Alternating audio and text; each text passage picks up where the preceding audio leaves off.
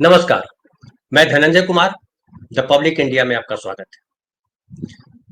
बाबा साहब भीमराव अंबेडकर के अपमान को लेकर के जो अमित शाह जी के खिलाफ विपक्ष के तमाम लोगों ने अपनी मुहिम छेड़ी, उसका अब तक असर होता दिखाई नहीं पड़ रहा है। अमित शाह ने न तो अब तक माफी मांगी है और न ही मोदी सरकार ने उन्हें बर्खास्त किया है। सवाल उठता है कि जो नरेंद्र मोदी जी हैं या जो बीजेपी है, उन पर कोई प्रभाव क्यों नहीं पड़ रहा। अब तक तो उनका इस्तीफा होना चाहिए, क्योंकि बाबा साहब अम्बेडकर और बाबा साहब अम्बेडकर एक ऐसे नायक के तौर पे हैं जो जाति और धर्म से परे हैं, जो पार्टी से भी परे हैं। अलग अलग पार्टियों ने अपने अपने नेता बना रखे हैं। नेहरू गांधी कांग्रेस के नेता माने जाते हैं, श्यामा प्रसाद मुखर्जी बीजेपी के नेता माने जाते हैं, लोहिया समाजवादियों के नेता माने जाते हैं। लेकिन बाबा साहब एक ऐसे व्यक्ति हैं जिनका आदर सबको करना पड़ता है। और अगर संविधान के तहत अगर देखें तो बाबा साहब को हम इस तौर पे देखते हैं कि जो उन्होंने आर्टिकल 15 में लिखा है संविधान में कि जाति धर्म लिंग भाषा प्रांत के आधार पर कोई भेदभाव नहीं होगा। बाबा साहब वही है। उनको जाति में, उनको धर्म में, उनको लिंग के खांचे में या उन्हें प्रांत के खांचे में नहीं रखा जा सकता। वो ऐसे व्यक्ति रहे जो न सिर्फ भारतवर्ष के लिए बल्कि पूरे विश्व के लिए एक महान विभूति के तौर पे याद किए जाने चाहिए। दुनिया के अलग अलग देश उनको मानने भी लगा है। लेकिन जो अमित शाह जी हैं या जो बीजेपी है, उनको लग रहा है कि बाबा साहब के बारे में जो बोला है वो ऐसा कुछ नहीं बोला, और बोला है तो बोला है, क्या होगा मेरा। इसलिए देखिए कि एक तो पहले उन्होंने खारिज करने की कोशिश की कि हमने बाबा साहब का अपमान नहीं किया, और उनकी बात जो है तोड़ मड़ोड़ कर प्रेस ने या कांग्रेस ने पेश की है समाज के सामने, लोगों के सामने। लेकिन बार बार जब दिखाया गया कि भाई आपने जो वीडियो बोला है वही वीडियो है, लेकिन बावजूद इसके उन पर कोई फर्क नहीं पड़ा।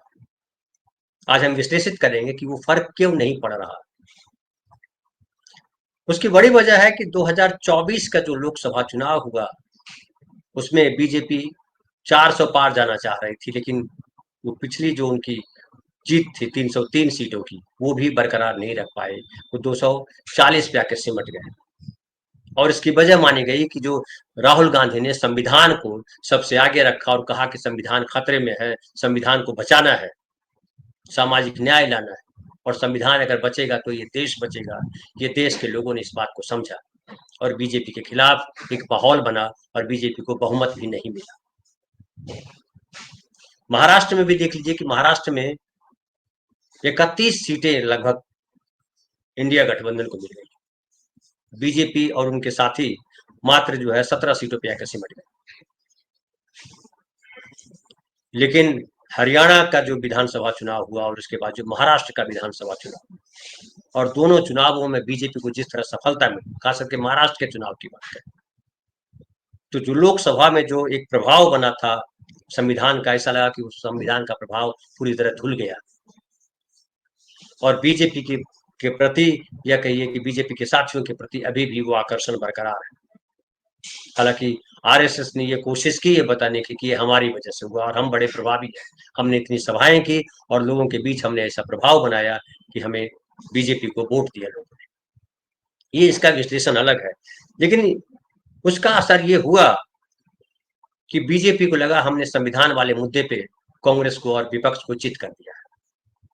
इसलिए जब संविधान पे चर्चा की बात हुई तो बीजेपी उस चर्चा के लिए राजी हो गई और उनको लगा कि जो संविधान पे जब चर्चा करेंगे तो चूंकि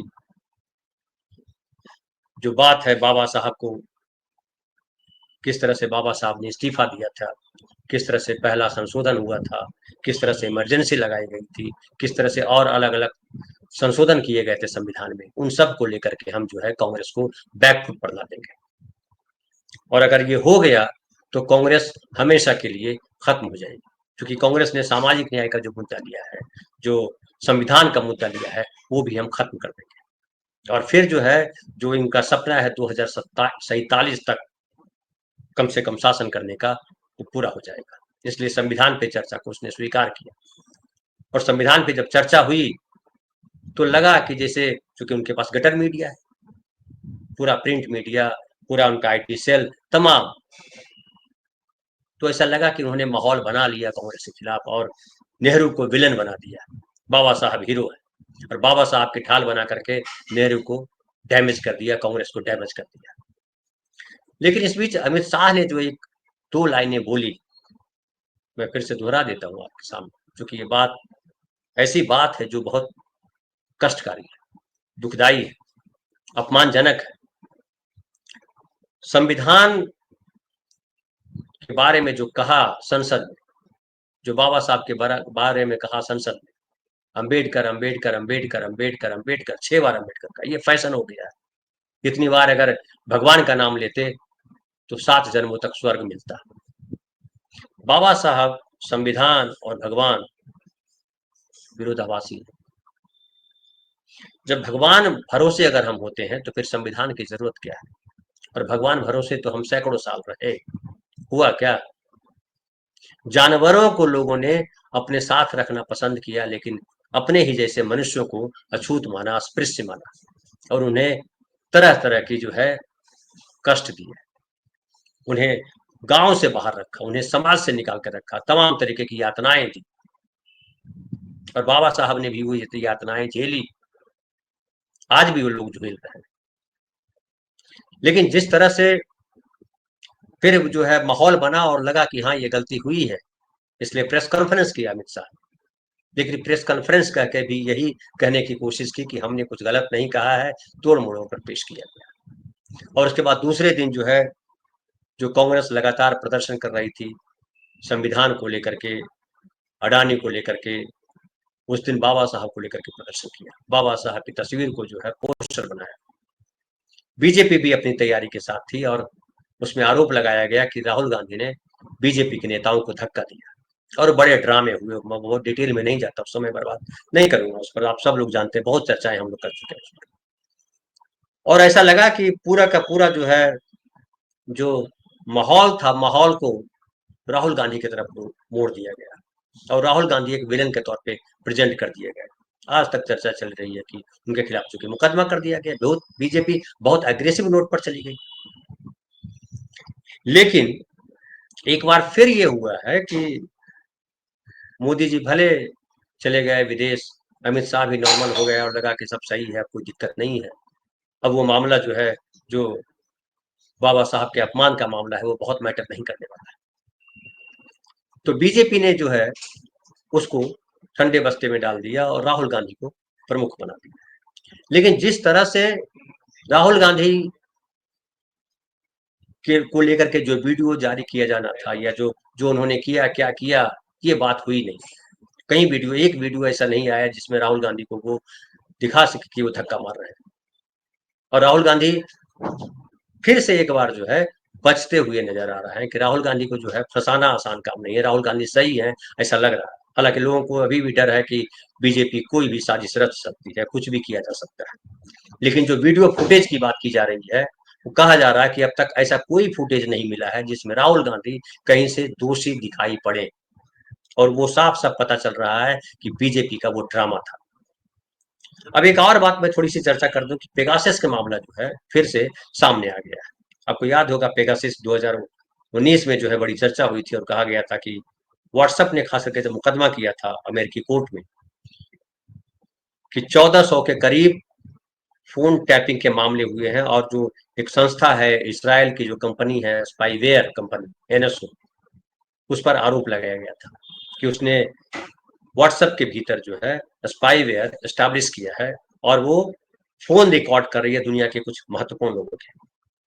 उसमें से भारत में भी हल्ला हुआ था कि भारत में जो विपक्ष के नेता हैं, जो संवैधानिक पदों पे बैठे हुए अधिकारी हैं, जो कुछ और अफसर हैं, जो कुछ पत्रकार हैं, कुछ जो बिजनेसमैन हैं, सरकार पेगासस के आधार पर पेगासस के को ये प्लेस करके जो है वो जासूसी कर रही है।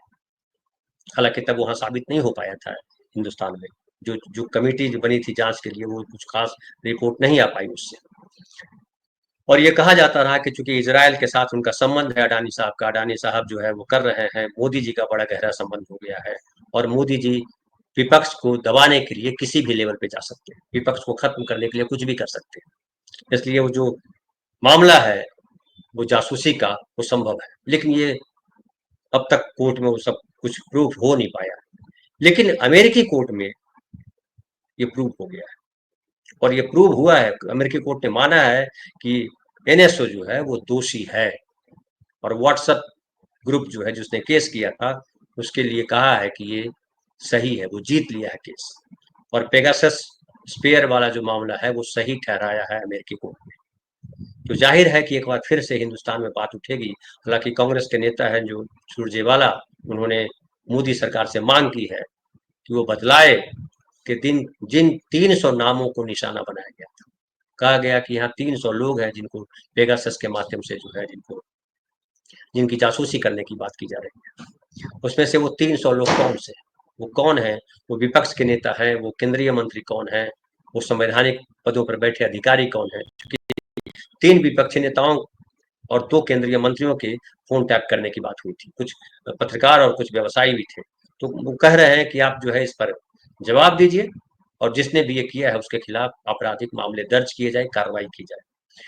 तो मैं ये बताना चाह रहा हूं आपको कि पेगासस का मामला जो है वापस उभरा है और इससे पता लगता है कि राहुल गांधी जो मुद्दे उठाते हैं, भले उनको झुठला दिया जाए, सरकार के पास पूरा तंत्र है और उस तंत्र के तहत उस पूरे मामले को दबा दिया जाए, राहुल गांधी को झूठा बता दिया जाए, लेकिन राहुल गांधी की एक एक बात अब तक सच होती आ रही। वो चाहे नोटबंदी के समय की बात हो, चाहे वो कोरोना के समय की बात हो, चाहे वो जीएसटी के समय की बात हो, चाहे किसानों की बात हो, चाहे और तमाम बातें, जितनी बातें राहुल गांधी ने की है वो अब तक सही साबित हुई। राहुल गांधी को पप्पू बनाने का काम बहुत जोर शोर से हुआ और अब देशद्रोही बनाने का अभियान चलाया जा रहा है, राहुल गांधी को गुंडा कहा जा रहा है। बीजेपी ये सब क्यों कर रही है? बीजेपी जानती है कि राहुल गांधी बहुत ताकतवर है, क्योंकि बीजेपी अपनी ताकत पर जानती है, बीजेपी राहुल गांधी की ताकत को भी जानती है। भले वो झूठ फैला करके राहुल को दबाने की कोशिश करे, राहुल को के खिलाफ जो है कीचड़ उछाले और राहुल, नेहरू, गांधी सबके खिलाफ जो है वो माहौल ऐसा बना दे कि नहीं ये लोग गड़बड़ लोग हैं, लेकिन धीरे धीरे देश के लोग समझ रहे हैं। और अब जो कांग्रेस पार्टी जो कांग्रेस पार्टी ने जो कहा है कि हम 150 शहरों में प्रेस कॉन्फ्रेंस करेंगे, लोगों को बताएंगे कि बाबा साहब का किस तरह से अपमान किया गया और जिस तरह से टारगेट बनाया गया राहुल गांधी को, झूठ है। बाबा साहब का किस तरह से अपमान किया गया और अगर जिस तरह से अभी दिख रहा है कि विपक्ष एक बार फिर लामबंद हुआ और इंडिया गठबंधन फिर से मजबूत हुआ और इंडिया गठबंधन अगर मजबूत होता है और ये बाबा साहब को लेकर के जो पूरे देश भर में एक जो आंदोलन चल रहा है, कहीं रुका नहीं, प्रदर्शन लगातार चल रहा है, सड़कों पर लोग आए और ये अगर बड़ा रूप लेता है तो फिर बीजेपी के लिए बहुत बड़ी मुसीबत हो जाएगी और फिर ये जो चाणक्य हैं जो बीजेपी के, वो उनके लिए जो है भस्मासुर साबित हो जाएंगे। लेकिन एक सवाल और बनता है कि क्या बाबा साहब को तमाम जातियों के लोग, मुस्लिम, सवर्ण, पिछड़े, उन्हें अपना नेता मानते हैं? महिलाएं उन्हें अपना नेता मानती हैं? बाबा साहब का योगदान जो है वो सबके प्रति था, हर शोषित, वो चाहे सवर्ण स्त्री हो या पिछड़े हो या दलित हो। हालांकि उनको जो है दलित नेता के तौर पे प्रेजेंट करने की लगातार कोशिशें हुई और एक तरह से ये साजिश हुई कि बाबा साहब को सीमित कर दिया जाए, क्योंकि जो पिछले 20-25 सालों से जो पार्टियों का, जो राजनीतिक दलों का भारत में जो रवैया है उसमें ये है कि सबके अपने अपने नायक हैं, जो मैंने शुरुआत में कही। तो बाबा साहब लेकिन एक ऐसे व्यक्ति हैं जो सबके नायक हैं और अगर पिछड़ी जातियां, मुस्लिम समाज, दलित ये अगर इकट्ठा हो जाते हैं और जो जो प्रगतिशील ब्राह्मण ब्राह्मण है, जो सवर्ण है, जो प्रगतिशील सवर्ण है, जो समझते हैं बीजेपी की चाल को कि धर्म के नाम पर ये जो है जो ठेकेदारी ले रखी है बीजेपी ने, आरएसएस ने, वो देश को गटर की तरफ ले जा रही है, देश को पीछे ले जा रही है। दुनिया जो है विज्ञान के रास्ते तरक्की की ऊंचाइयां छू रही है, लेकिन बीजेपी और आरएसएस जो है वो संस्कृति और धर्म के नाम पर हमें सैकड़ों साल पीछे ले जा रही है। अगर ये चेतना जाग गई और संविधान में जो कहा गया है कि धर्म, जाति, लिंग और भाषा के नाम पर कोई भेदभाव नहीं होगा। और हमारी सरकारें, हम तमाम नागरिक न्याय, स्वतंत्रता, समता, भाईचारा और गरिमा के लिए, व्यक्ति की गरिमा के लिए काम करेंगे। अगर ये समझ में आ जाता है तो बीजेपी और आरएसएस के लिए बहुत मुश्किल होने वाली है। और हमें लगता है कि जिस तरह का कांग्रेस में भी जो चेतना आई है और जो विपक्ष के नेताओं को जो एक अवसर मिला है, बाबा साहब ने एक अवसर दिया है कि आप सबकी बराबरी की बात करके, सबको साथ लेकर चलने की बात करके, तो जो है बीजेपी को आप पटकन नहीं दे सकते। और अगर ये हुआ, ये मूवमेंट बना, तो तय मानिए कि ये सरकार जो है 5 साल तो बहुत दूर की बात है, साल 2 साल में गिर जाएगी। और बहुत कुछ उम्मीद बन रही है कि बिहार से इसकी शुरुआत होगी, क्योंकि बिहार में जो घटनाक्रम हो रहा है, अगर ये गति पकड़ता है तो सबसे पहले नीतीश कुमार साथ छोड़ेंगे, क्योंकि डूबती नाव पे जो है सबसे पहले वही भागते हैं जो कमजोर होते हैं। और नीतीश कुमार को कमजोर करने की कोशिश बीजेपी ने लगातार की। नीतीश कुमार की मजबूरी है कि वो अपने आप को सत्ता के केंद्र में, बिहार की सत्ता के केंद्र में बनाए रखना चाहते हैं। लेकिन अगर माहौल बना जो कि दिखाई पड़ रहा है, तो फिर भगदड़ मचेगी और मध्य अवधि चुनाव की स्थिति बनने में देरी नहीं होगी।